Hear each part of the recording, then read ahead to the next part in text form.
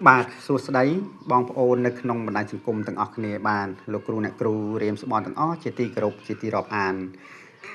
បាទថ្ងៃនេះគឺខ្ញុំមានប្រភេទនៃថ្មពិសេសមួយដែលយើងទើបតែបានថ្មីក៏យកមកដាក់ថតចែកជូនដល់បងប្អូនទស្សនានៅក្នុងបណ្ដាញសង្គមបងប្អូនណាដូចជាបងប្អូនឃើញនៅក្នុងរូបភាពនេះស្រាប់បងប្អូនណាបាទនេះគេបងប្អូនពិនិត្យមើលទៅបាទពិនិត្យមើលឲ្យច្បាស់ទៅបងប្អូនណាបាទសាច់លោកមានស្នាមពន្លឺមានស្នាមបង្ហូតខ្យល់កលិចកលុកកលិចកលាក់នេះឯងហើយថ្មនេះកប់នៅក្នុងដីជ្រៅណាបងប្អូនណាកប់នៅក្នុងដីជ្រៅណាបាទថ្មនេះគឺពិសេសតែម្ដងបងប្អូនណាបាទចំណុចពិសេសរបស់លោកគឺមានសារជាតិឆក់បងប្អូនណាបាទនេះឃើញខ្ញុំដាក់ឲ្យបងប្អូនមើលបាទនេះឃើញតែមិនមែនឆក់ខ្លាំងទេបងប្អូនណាបាទគឺឆក់មកល្មមទេបាទមិនមែនឆក់ល្មមទេតែបងប្អូនកុំច្រឡំថាប្រភេទនៃរ៉ែដែកបងប្អូនណាកុំច្រឡំថាប្រភេទនៃថ្មរ៉ែដែកបងប្អូនណាបាទខ្ញុំបង្ហាញថ្មរ៉ែដែកឲ្យបងប្អូនបានមើលបងប្អូនណាបាទនេះគឺជាប្រភេទនៃថ្មរ៉ែដែកបងប្អូនណាបាទថ្មរ៉ែដែករ៉ែដែកគឺបែបនេះបងប្អូនណាបាទថ្មរ៉ែដែកគឺបែបនេះបាទសាច់គាត់គឺបែបហ្នឹងប្រភេទថ្មរ៉ែដែកបងប្អូនណ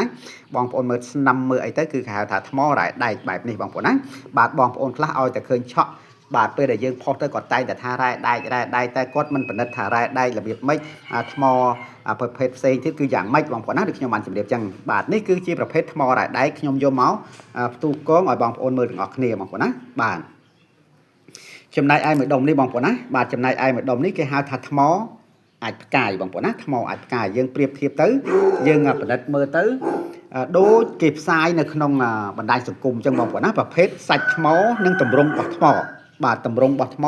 និងសាច់ថ្មដូចគេផ្សាយនៅក្នុងបណ្ដាញសង្គមអញ្ចឹងបងប្អូនណាបាទគេហៅថាថ្មអាចផ្កាយបងប្អូនណាយើងមិនទាន់ច្បាស់ 100%ទេតែប្រភេទបែបនេះគេហៅថាថ្មអាចផ្កាយនេះគឺយើងមិនទាន់ច្បាស់ 100% ទេដោយសារយើងមិនបានចូល labo ឬក៏ចូលឲ្យបណ្ឌិតនោះទេបងប្អូនណាតែយើងមើលតាមតម្រង់និងមើលសាច់បងប្អូនណាមើលសាច់បាទខ្មែរយើងហៅថាថ្មកាយសិទ្ធិបងប្អូនណាបាទថ្មកាយសិទ្ធិនេះគឺសំដៅទៅលើថ្មដែលធ្លាក់មកពិភពផ្សេងនេះឯងបងប្អូនណាបាទទើបខ្មែរយើងហៅថាថ្មកាយសិទ្ធិបងប្អូនណាតែសាច់លោកគឺស្អាត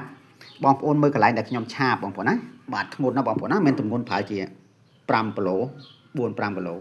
នេះកន្លែងសាច់ដែលខ្ញុំឆាបបងប្អូនណាបាទសាច់ដែលខ្ញុំឆាបនេះគឺឡើងពណ៌សដូចជាពណ៌ដែកចឹងបងប្អូនណាបាទដូចជាពណ៌ដែកចឹងបាទឡើងសតែម្ដងបងប្អូនណាសហើយចាំងរលោងហើយសាច់ម៉ត់ឈឹងបែបនេះបងប្អូនណាបាទគឺសាច់ម៉ត់ឈឹងបែបនេះមិនមែនដូចជារ៉ែដែកសាច់សោះហើយមានសារជាតិស្នឹមច្រេះនោះទេបងប្អូនណាបាទតែថ្មនេះគឺមិនចេះច្រេះទេបាទនេះដូចជាបងប្អូនឃើញនៅក្នុងរូបភាពអញ្ចឹងបងប្អូនណាបាទនេះគឺកន្លែងសាច់ដែលខ្ញុំឆាបបងប្អូនណាបាទសាច់ដែលខ្ញុំឆាបគឺបែបនេះបងប្អូនណាបាទសាច់ដែលខ្ញុំឆាបគឺបែបនេះបាទនេះហើយគេហៅថាប្រភេទនៃថ្មកាយសិទ្ធិបងប្អូនណាប្រភេទថ្មកាយសិទ្ធិដែលមានฤทธิ์មានតេជះនិងមានបារមីថ្មកាយសិទ្ធិនេះគេសំដៅទៅលើថ្មអាចផ្កាយនេះឯងបងប្អូនណាថ្មអាចផ្កាយឬក៏ថ្មកាយសិទ្ធិនេះបាទ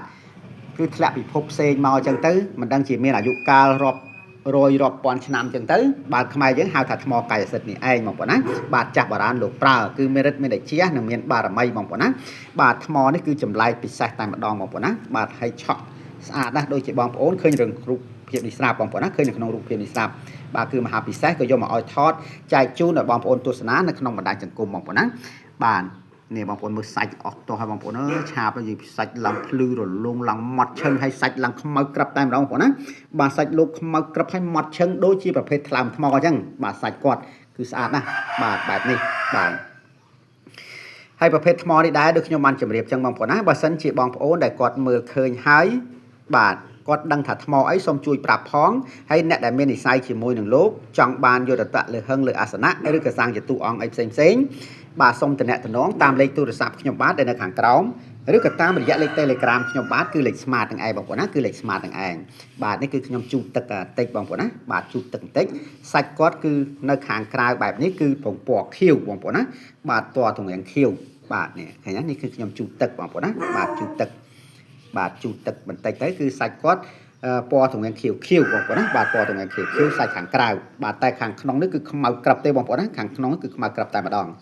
បាទហើយចឹងក៏អត់មានអីទៀតទេបងប្អូនណាក៏សូមឲ្យបងប្អូនទាំងអស់បាទជួយចុចសញ្ញាពាក្យថាជាវនិងសញ្ញាកណ្ដឹងជូនខ្ញុំបាទផងពេលដែលខ្ញុំបាទមានរបស់ថ្មីខ្ញុំតែងតែយកមកថតចែកជូនដល់បងប្អូនទស្សនានៅក្នុងបណ្ដាញសង្គមបងប្អូនណាហើយបើសិនជាខ្ញុំនិយាយទៅក៏លលើសលួសនៅពាក្យសម្ដីត្រង់កន្លែងណាមិនសមរម្យក្តីឬក៏រៀបរាប់មិនបានក្បោះក្បាយក្តីបងប្អូនណាបាទក៏សូមខន្តីអភ័យទោសផងបងប្អូនណាសូមខន្តីអភ័យទោសផងបាទនៅចុងបញ្ចប់នេះក៏សូមជូនពរឲ្យបងប្អូនទាំងអស់បាទជួបប្រទះតែសេចក្តីសុខនិងសេចក្តីសប្បាយរកស៊ីទទួលទាន